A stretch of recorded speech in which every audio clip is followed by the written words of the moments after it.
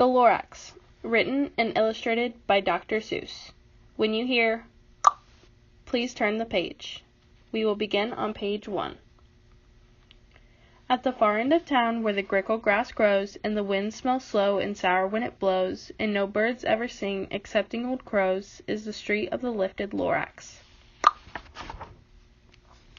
And deep in the grickle grass, some people say, if you look deep enough, you can still see today where the Lorax once stood just as long as it could before somebody lifted the Lorax away. What was the Lorax, and why was it there, and why was it lifted and taken somewhere? From the far end of town, where the grickle grass grows, the old Onceler still lives there. Ask him. He knows. You won't see the Onceler. Don't knock at his door. He stays in his lurkum on top of his store. He lurks in his lurkum cold under the roof, where he makes his own clothes out of muffered moof. And on special dank midnights in August he peeks out of the shutters, and sometimes he speaks, and tells how the Lorax was lifted away. He'll tell you, perhaps, if you're willing to pay.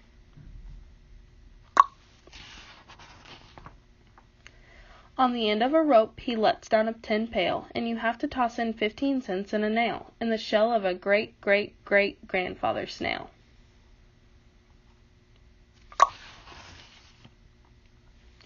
Then he pulls up the pail, makes a most careful count, to see if you've paid him the proper amount.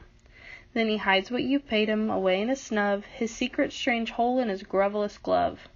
Then he grunts, I will call you by whisper-mophone, for the secrets I tell you are for your ears alone. Slup.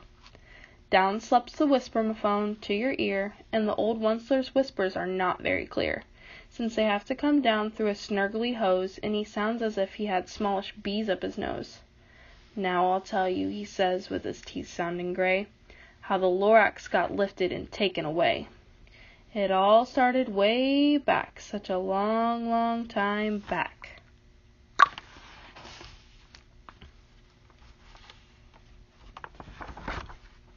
Way back in the days when the grass was still green, and the pond was still wet, and the clouds were still clean, and the song of the swami swans rang out in space, one morning I came to this glorious place, and I first saw the trees, the truffula trees, the bright-colored tufts of the truffula trees, mile after mile in the fresh morning breeze.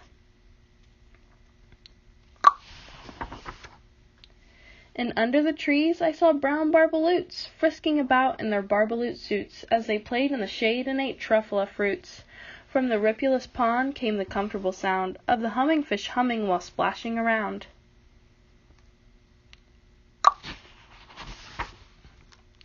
But those trees, those truffula trees, all my life I'd been searching for trees such as these. The touch of their tufts was much softer than silk, and they had the sweet smell of fresh butterfly milk.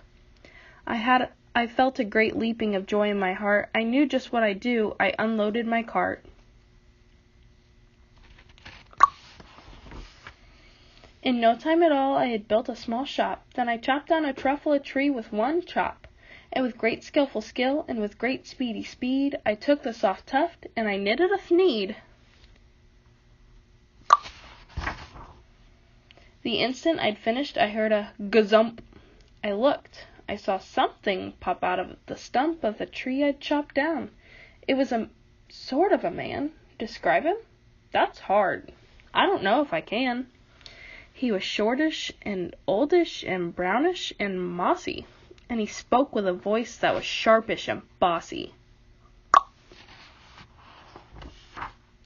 Mister, he told me with a sawdusty sneeze, I am the Lorax. I speak for the trees. I speak for the trees have no tongues. And I'm asking you, sir, at the top of my lungs. He was very upset as he shouted and puffed, What's that thing you've made out of my truffula tuft? Look, Lorax, I said, there's no cause for alarm. I chopped just one tree. I am doing no harm. I'm being quite useful. This thing is a thneed. A thneed's a fine something that all people need. It's a shirt, it's a sock, it's a glove, it's a hat. But it has other uses, yes, far beyond that. You can use it for carpets, for pillows, for sheets or curtains, or covers for bicycle seats. The Lorax said, "Sir, you are crazy with greed. There is no one on earth who would buy that fool Thneed."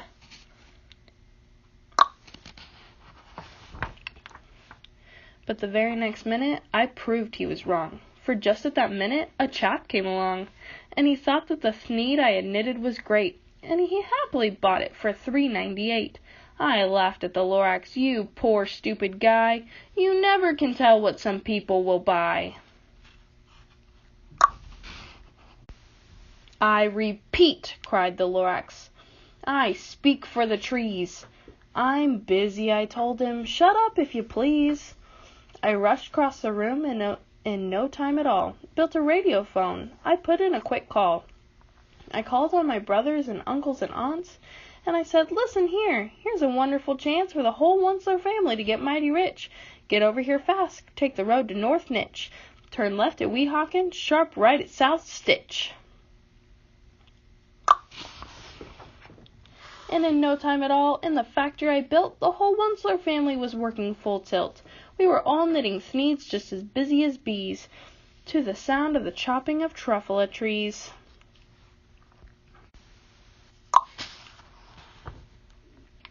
Then, oh baby, oh, how my business did grow. Now chopping one tree at a time was too slow. So I quickly invented my super axe hacker, which whacked off 4 truffula trees at one smacker. We were making Thneeds 4 times as fast as before, and that Lorax, he didn't show up anymore.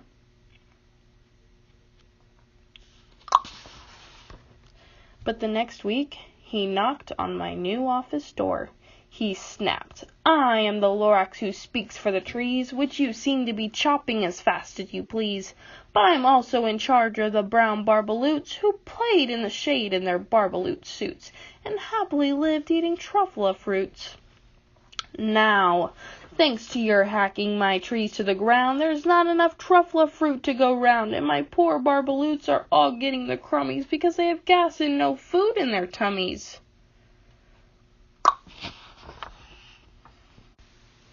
They loved living here, but I can't let them stay. They'll have to find food, and I hope that they may. "Good luck, boys," he cried, and he sent them away. I, the Onceler, felt sad as I watched them all go, but business is business, and business must grow, regardless of crummies and tummies, you know.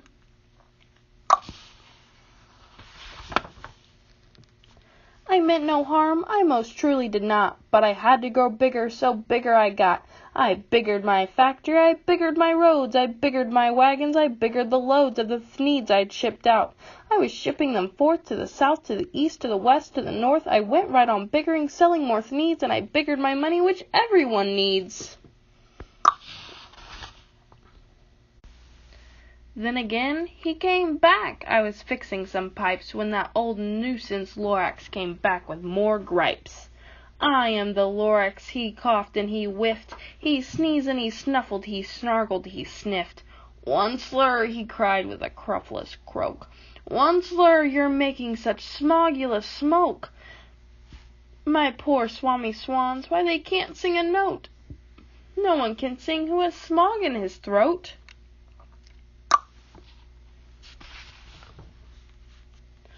"And so," said the Lorax, "please pardon my cough. They cannot live here, so I'm sending them off. Where will they go? I don't hopefully know. They may have to fly for a month or a year to escape from the smog you've smogged up around here."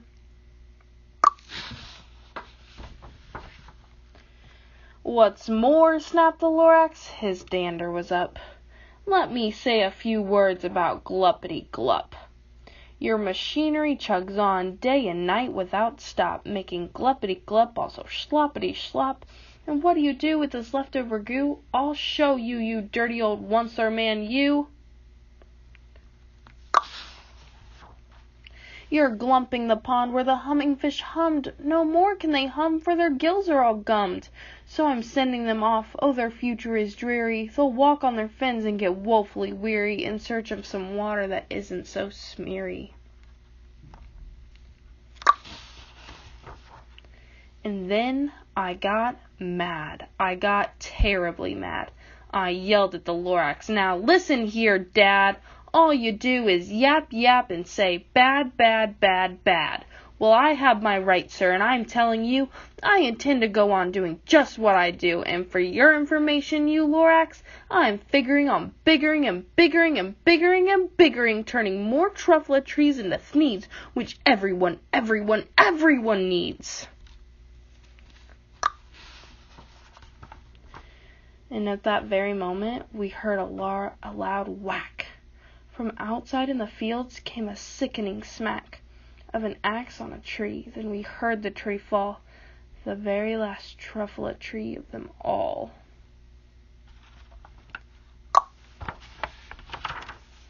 No more trees, no more thneeds, no more work to be done. So in no time, my uncles and aunts, everyone, all waved me goodbye. They jumped into my cars and drove away under the smoke-smuggered stars. Now all that was left neath the bad-smelling sky was my big empty factory, the Lorax, and I. The Lorax said nothing, just gave me a glance, just gave me a very sad, sad backwards glance, as he lifted himself by the seat of his pants, and I'll never forget the grim look on his face when he hoisted himself and took leave of this place, through a hole in the smog without leaving a trace. And all that the Lorax left here in this mess was a small pile of rocks with the one word, unless. Whatever that meant, well, I just couldn't guess. That was long, long ago, but each day since that day I've sat here and worried away. Through the years while my buildings have fallen apart, I've worried about it with all of my heart.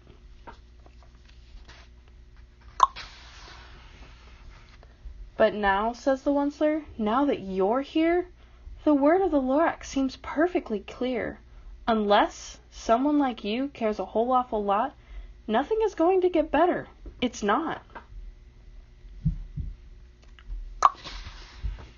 So, catch, calls the Onceler. He lets something fall. It's a truffula seed. It's the last one of all.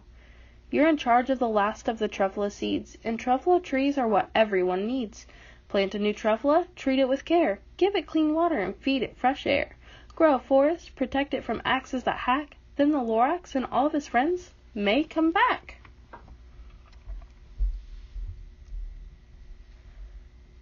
The end. Thank you for reading The Lorax, written and illustrated by Dr. Seuss with me. I hope you enjoyed it.